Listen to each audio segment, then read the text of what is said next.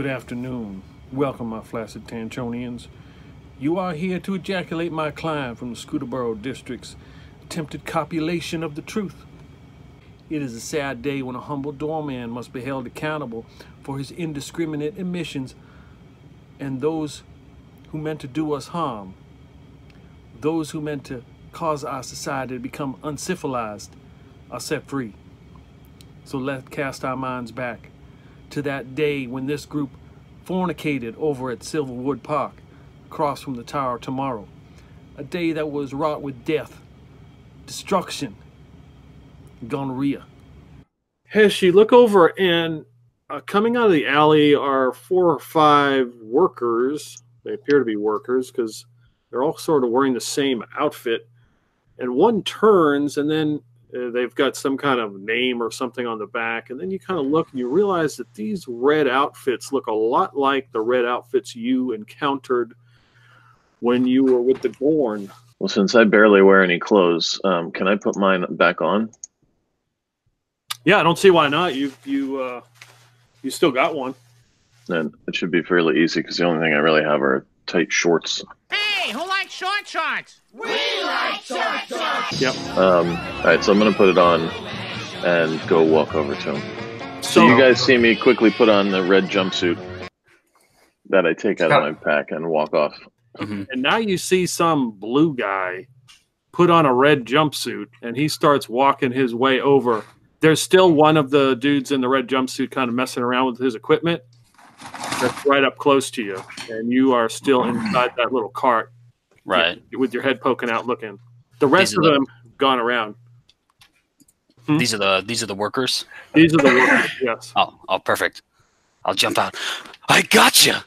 Okay, yeah, that guy looks surprised, and he grabs a bucket, and he doesn't really know what to do, and he charges you. A slightly furry humanoid person, just wearing very dirty and dingy robes, but this oversized sort of helmet thing on her head.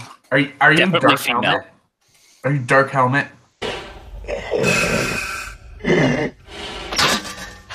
I can't breathe in this thing! No. All their kind are worthless. Oh, I know. They kidnapped a bunch of my friends. We had to fight our way to retrieve them. One left me with a bad lease in our last apartment. All right. I wave over to the rest of the group with a very confused look on my face. My name is Stable. Hesh finds the irony in that. The unstable creature named Stable. No, Sable. Oh, Sable. All right, well, he heard Stable.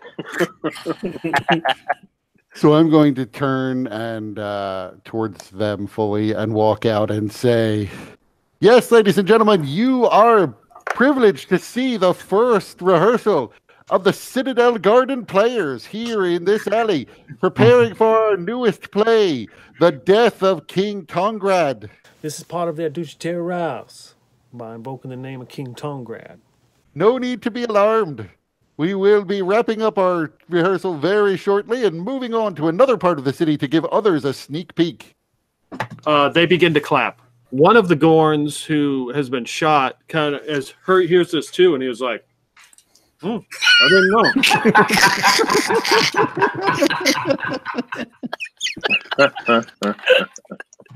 But if I use an action point, can I switch the magic to disguise my voice instead? I will certainly allow that, yes. All right, so I disguise my voice, and I say into the comm, I present to you my pituitary evidence. false alarm, no need to get into position, situation is handled, and all clear. And he is done. So he was crowded around, stabbed, he falls to the ground. His Gorn blood starts to trickle out. And then if anybody's looking, I will say, well, that was good, but maybe next time you should, draw it out a little bit, make the death more theatrical. You're shit at dying, you know Notice anything, and then you look and you see there's a crowd of people out around one of the looks like residential buildings. Mm-hmm. And then as you your eyes follow up the building, You see there's people like hanging out the windows and they're yelling. There is one guy you see looks like one of the Gorns in front of the cannon going like this. And the other guy is trying to wave him off, tell him he's sitting in the chair. He's like, get out of the way, get out of the way. And as you can hear this like cracking noise, almost like the support of the building cannot hold the cannon. And you hear the All right, so I have a few of those red jumpsuits.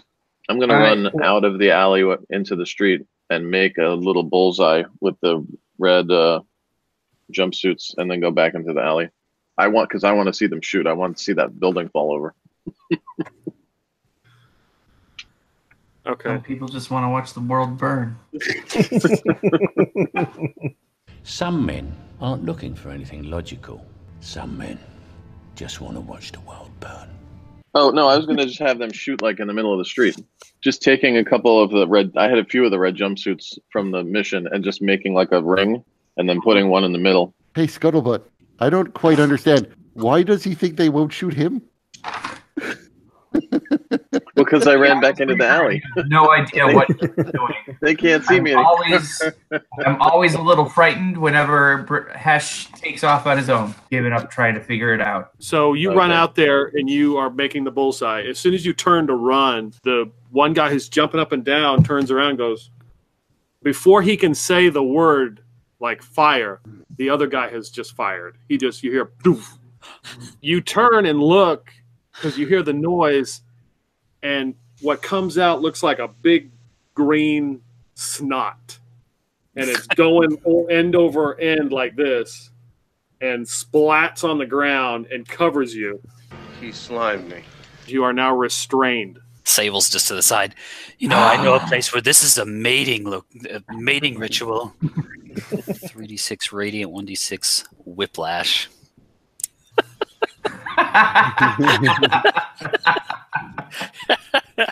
Sitting in this seat shooting this cannon is just a bad idea because this is the second guy who's been shot, and you see him jerk back in the seat in the chair and grab his neck.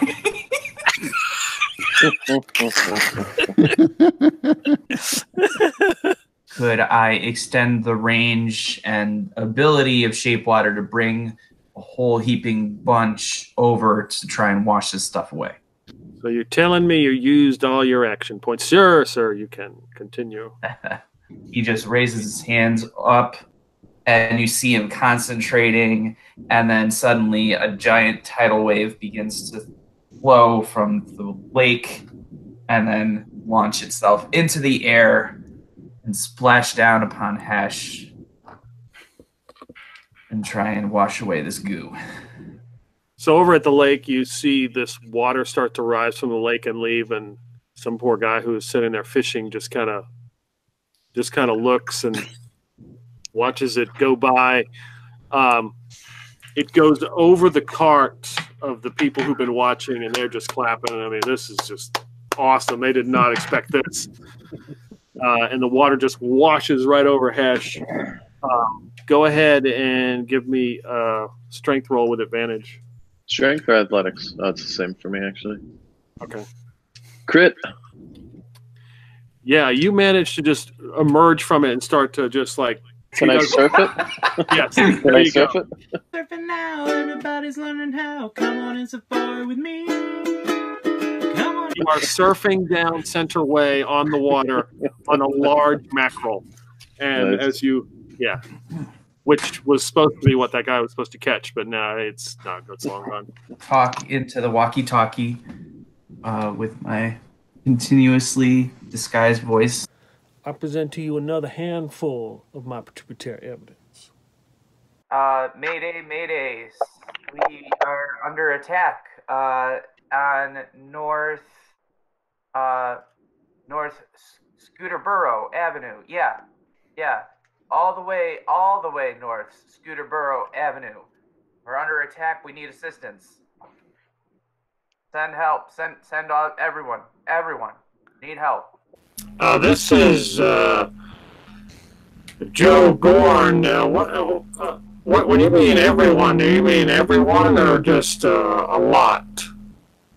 No, Joe. Everyone. So Scuttlebutt's gonna look at the group and say, according to this document, there are 4,219 Gorn. If they are all checking in, that is going to take a long time. Perfect time for us to sneak in. This is exactly when I made that target. This is exactly what I planned. So I understand that Jagger Fells is some sort of doctor who sidelines as a farmhand so he can steal magic veils or formerly magic veils. But who is ipso facto? I don't understand why you're laughing. It's funny because that's just something they say. Yeah, I'm just gonna start walking to the tower. I'm going to be sneaky as I move. So I'm just gonna walk. I'm just gonna walk. I'm not gonna destroy the building then. No, might as well leave the people alive for now. Hesh's idea of sneaking is much like Drax's idea of sneaking. I've mastered the ability of standing so incredibly still that I've become invisible to the eye. When I say I'm sneaking, I'm mostly just hiding behind Hesh. The doorman, he is standing in front of like the main elevator that goes up, kind of looking past you outside. Did you see that? It looks like that building's gonna fall. Does this normally happen around here? Sable presses the button for the elevator. Whoa, slow down there, miss. We must have picked a weird day to visit the museum. Yep, museum's closed. All right, renovations. Oh, we traveled very far. Same distance back to. My client has suffered all kinds of testicular injustices. That's that. Okay, guys, I'm done with this.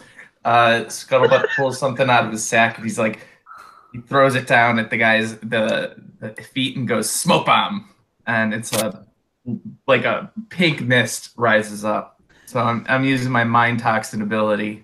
Mist comes up and he just.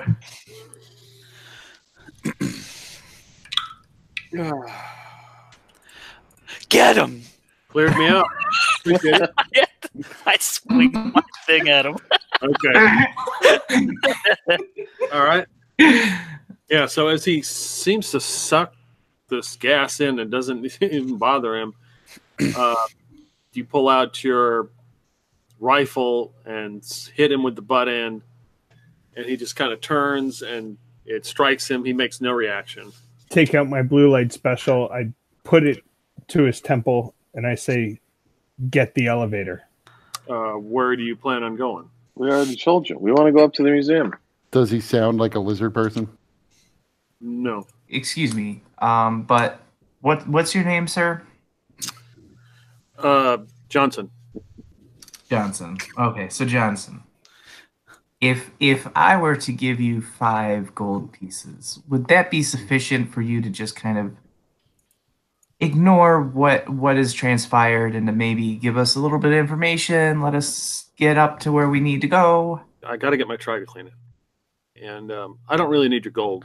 So he reaches to take his dry clean and slip back from you, Sable. There's a better place down the road. Well, they give me a discount. He puts it back in his pocket. He takes off his hat, and he puts it on top of you, Scuttle. He says, "You're the doorman now. I'll go get my stuff." And he walks past you. Then watch the door for a minute, would you? What? Oh, wait a second. What do I do? It's not brain surgery. You open the door for people who live here, and if they don't live here, don't let them in. Here. Where's this? Wait, how do we call the elevator? And he walks out. Just press the button. I thought we did that. Yeah, Scuttlebutt looks at everybody else kind of slackjawed and is like, that guy did he just pass up on 5 gold pieces? Yeah, he's probably going to go alert the authorities now, but but at least he gave us his magic hat that calls the elevator. Okay, you hit the button for 16. The doors begin to open. You hear to the elevator. You hear the door in the front open, and a human person comes out and says, "Look around. Yeah, excuse me. Yeah, points to you, Scott. Yeah, Doorman, could you help me? I have a few bags I need to take.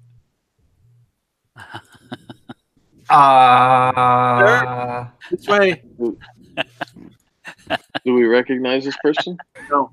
Is there a glass of water about? Scuttlebutt's gonna be like, and the water is going to jump from the glass into the man's eyes. And during that moment, we're gonna go into the elevator.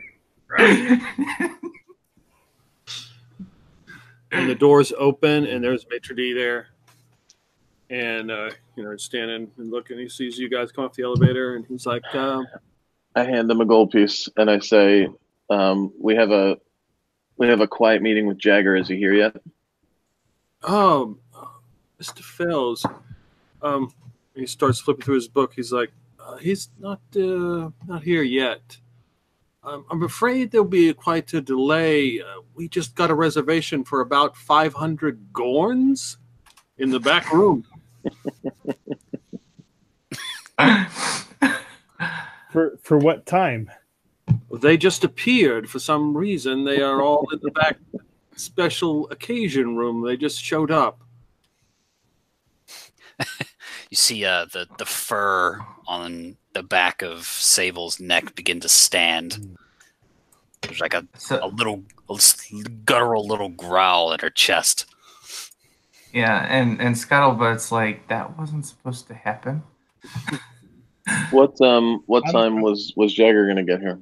What time is this reservation for? Momentarily, he should be here in 30 minutes. Is he in the building? Yes, his residence is the 14th floor. Perfect. All right, I give him another gold piece, and I turn back to the elevator. There is a table with a couple hooks and a coat, and like a little stand that has a couple canes in it. And then across the room is another door, and on the wall is some kind of yellow gem that's just sort of flashing. That's inset into the wall. Okay. New gem for my trident. And as I approached the door to try and open it, the second door, the gem started talking to me and identified itself as the security system. Inquired if Jagger was available, and it said maybe not. And it said that that the Rusty Buckets recently visited as well, and were much less cordial than I was. So they did not fare so well. As I come in, I'm going to whisper to Hesh, I call dibs on any sword canes. I start holding up my trident for the opening for a gem to see if it would fit in there. Yes, Jagger found me, took me out of the hand axe, and put me in here, and made me do security, which I'm not really excited about. Are you preferring a life as a hand axe? Yeah. This security bit sucks.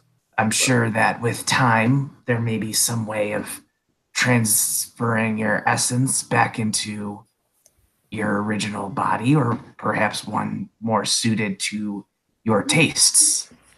I just thought you understood the plight of the common man since you're a doorman. Hesh is showing the trident again to the gem and saying, "Are you sure you wouldn't mind trying out something with a little bit more zip in it? I've got a spot here for you." Do we get to drink the blood of our victims? Absolutely.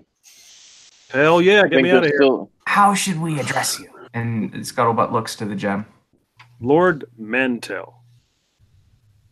2 L's. Proficient in history, would I know anything about Lord Mantell with 2 L's? Really differentiates him from all the other Lord Mantells. So when he hears the name Lord Mantell, you see the pallor of Breaker changes completely and darkens, and his eyes seem like they blacken and fill with stars.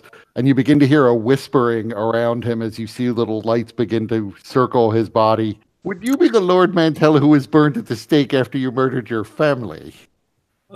Those I am one and the same. Murder is a strong term. I prefer sacrifice. That is definitely a different term. Yes. They were clearly sacrificed. That trident looks like something I wouldn't mind spending some time with. I'm careful Is this not like to weapons touch the foreplay? gem. There's a constant fascination with the dark, prosthetical canals of the mind. I'm careful not to touch the gem to my skin, just because I'm cautious about the magical energies within. After you slept with a radioactive gem? I mean, that definitely taught Scuttlebutt a bit. But then once it is removed, Scuttlebutt kind of echoes what others are saying and asks, "Yes, so are we granted access now to this room?"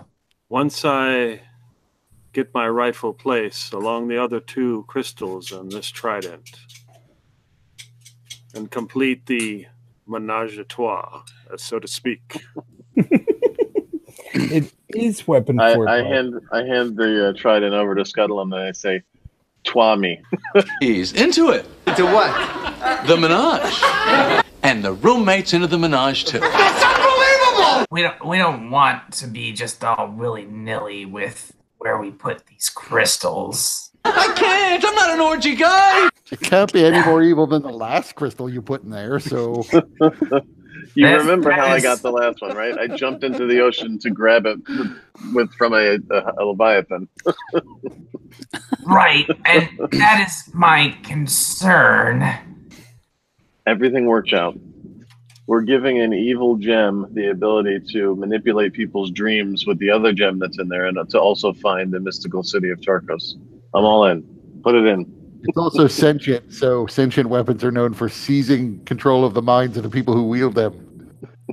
So as long as you're strong-willed and smart, there's no concern there. Have I steered you wrong so far? Yes, several times. Need I remind you of the kobold tossing? Which saved you. Or how you just jumped in after that other gem, nearly getting caught up by the Leviathan. And nothing bad happened? Or when you thought, oh, there's a giant cannon, let me mark a spot for it, and then needed to be saved. It's how we snuck in here. You open the door into like a large kind of living room. In the center of this room is some kind of airship that is crudely constructed of all sorts of old parts and pieces, and it's on some kind of stand and is slowly smoking. The whole room is just scattered with bits of debris and papers and trash and garbage, and there are like 3 rusty buckets and 3 dead gorns laying on the ground, and there is somebody in that ship, and you can see it smoking. It's starting to rumble, sitting on this launching pad, and there's like you can see them behind this window. They're inside this airship. You nail some kind of tube, it just starts flailing like this and spraying something all over the room, just like, and the whole room is starting to get covered. Nice. Does this have water at all in it? Like, can I get it really like a protective bubble, or like get it off my clothing if it touches me? It's got a distinct smell to it. There's definitely no water in this. This is the sexiest episode of this campaign ever. Sable says, "Oh, nobody light any fire." You hear that?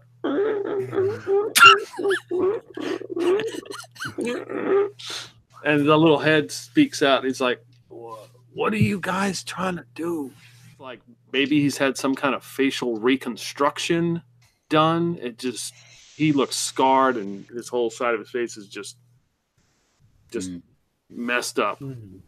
Slept too close to a crystal. So, unless you want to roll initiative, I'm going to cast command. Okay. And say, disembark. And he just gives you a thumbs up.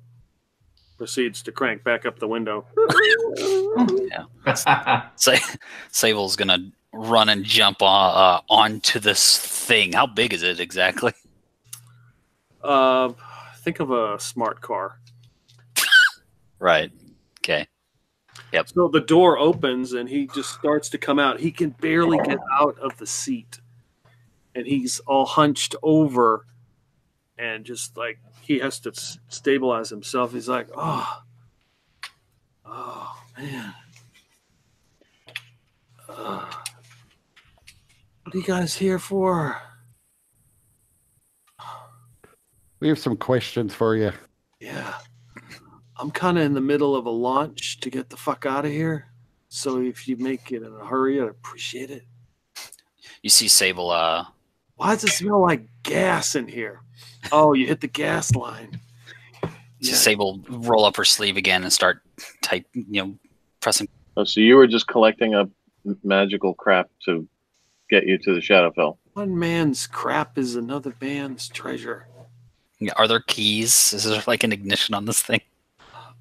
There's fuzzy dice, certainly.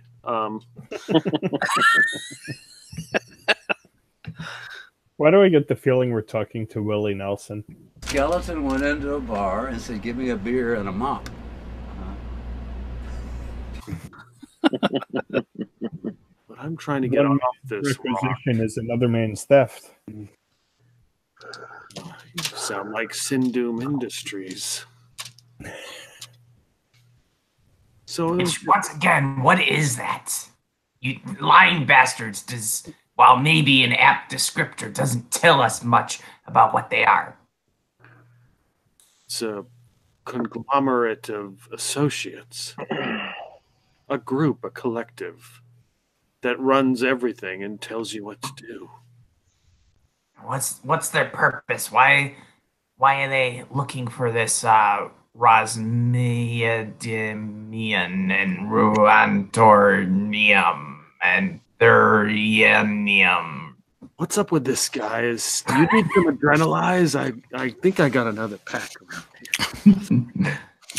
No, I'm fine. And then Scuttlebutt pulls out one of his own. So I just tried to steal the gem from Scuttlebutt with a 23 sleight of hand while he was talking to to Jagger. Enough engaged with this conversation that you were able to get the gem.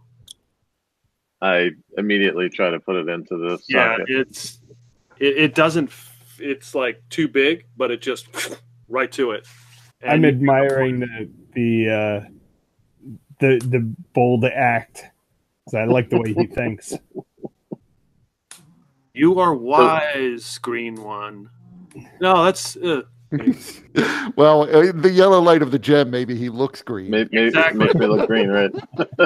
You are very wise. The first thing we're going to do is gut this motherfucker right here and drink his blood. And you can feel the trident moving in your hand towards him. Hold on, I agree with you. In his head. I agree with you, but let's get the information we need from him first, and then I'll happy to let you loose. What have you done? You moron! You're an idiot. It didn't explode. You absolute stupid person! You idiot! You have no idea the forces that you mess with. It didn't explode. You couldn't just wait. You couldn't let me examine it first. You couldn't let me tell you what would happen. For all you know, you could have exploded us. You could have sent all of us up in a cloud of destruction.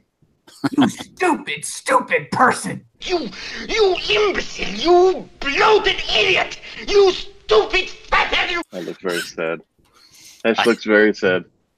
It's go worse up than to you think, because now that he's done it and gotten away with it, he's just going to be encouraged to keep doing stuff like this. I've gotten away with a lot so far. So I'm going to go up to Jagger and just like whisper, I'm like, we must go. Scuttle, do you consider yourself the forgiving sort? Don't fall for it. No, No, not at all. Not at all. I also had a question about some sort of revered figure, and I reach into my bag to pull out the photo. Among the Gorn, they seem to hold this, I assume, Gorn in high regard. Do you know who this is? Yeah, it's Sophia. I'm cagey like a panther. I've heard that name before. She some is sort of deity? a golden girl. Oh my! Ash is very excited at the prospect of a golden girl. And pulls up a folded up picture of this. She's my favorite. Mine too.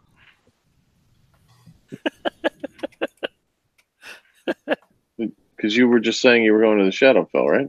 Right. Isn't that a different plane? Yes. So I could take this back to my home plane. Sure. All right, I throw the trident in his chest. I jump in the way. Deflect missiles. Just catch that motherfucker.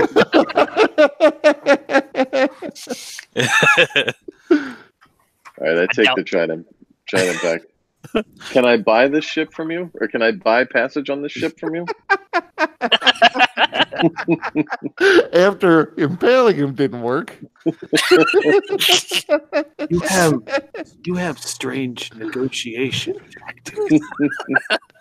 All right, well, if there's a window nearby, I'm going to push it out the window so that hopefully it'll survive the fall to the street, and we can collect it once we get to the ground. You managed to push the windows open. The guards are trying to get people out, and they're just like, "Look, we've told you."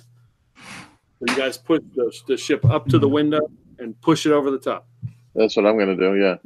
Okay. I'll help. Is there any way that I can grab Bertha before he does that? How's it going to land? Yeah, it is affixed to that thing. Oh, okay. You just look out into the street, and there are people out, just kind of like seeing what's going on. Looks like there's like maybe hundreds of Gorn out in the back of the building, just hanging out. There goes the ship, just nosedives. It lands in a sea of Gorn. It shatters, like pieces of it flying everywhere. This thing just like disintegrated on the ground. The only thing left is the bar that he called Bertha. Just sits there, no problem. Gorn are scattered everywhere. Oh, that didn't work. People start running. It's chaos again. This is another example of their purely dingleberry behavior. Well, the piece I was interested in survived. All right, well, let's go down and get Bertha, I guess.